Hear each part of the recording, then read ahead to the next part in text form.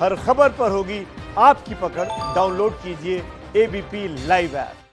और अब बिहार की सियासत का रुख करते हैं। देखिए, बिहार में साल के अंत तक चुनाव है और बीजेपी ने भी चुनाव के लिए कमर कस ली है। कल बिहार में बीजेपी के राष्ट्रीय अध्यक्ष जेपी नड्डा ने नीतीश कुमार से मुलाकात की और चर्चा है कि सीट बंटवारे पर भी बैठक में चर्चा हुई है।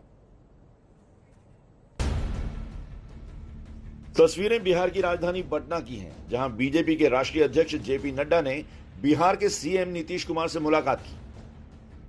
माना जा रहा है नीतीश कुमार के साथ हुई इस अहम बैठक में विधानसभा चुनाव को लेकर सीट बंटवारे पर चर्चा हुई। बैठक में डिप्टी सीएम सुशील के अलावा बिहार बीजेपी प्रभारी भूपेंद्र यादव भी मौजूद थे। हालांकि जेपी नड्डा से सीट बंटवारे पर सवाल पूछे जाने पर उन्होंने कोई जवाब नहीं दिया। बहुत अच्छी बैठक रही, हमेशा हम लोग मिलते रहते हैं और आज भी मैं मिला हूं उनसे। सीट बंटवारे को लेकर कुछ बात हुई सर? सीट बंटवारे को लेकर कुछ बात हुई सर? दूर 243 सीटों वाली बिहार विधानसभा में एनडीए के घटक दलों में से सबसे ज्यादा 157 सीटों पर बीजेपी चुनाव लड़ी थी।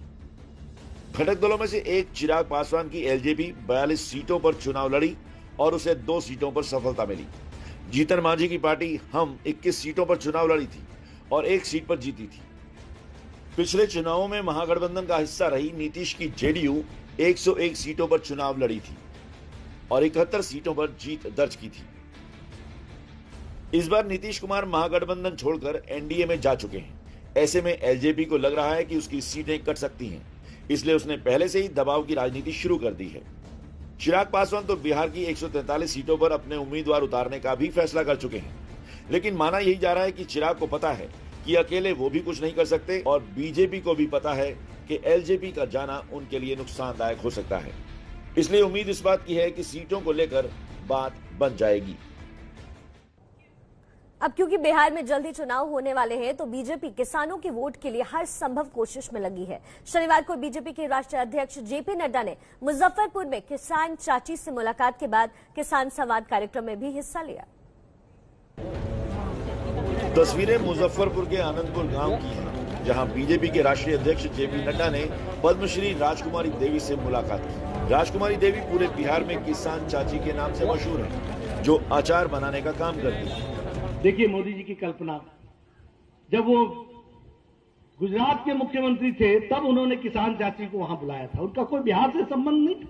और आप जानते हैं कि प्रधानमंत्री मोदी जी ने जहां किसान चाची को सम्मानित किया पद्मश्री से, आज मैं जब मुजफ्फरपुर आया उनसे मिला, मैंने कहा कि मैं बड़ा प्रेरणा लेके जा रहा हूं। 90 के दशक में चाची ने समाज के विरोध के बावजूद खेती किसानी का काम शुरू किया।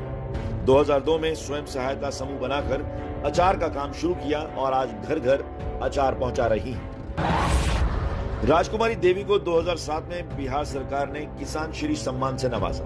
2019 में भारत सरकार ने राजकुमारी देवी को पद्मश्री सम्मान से सम्मानित किया।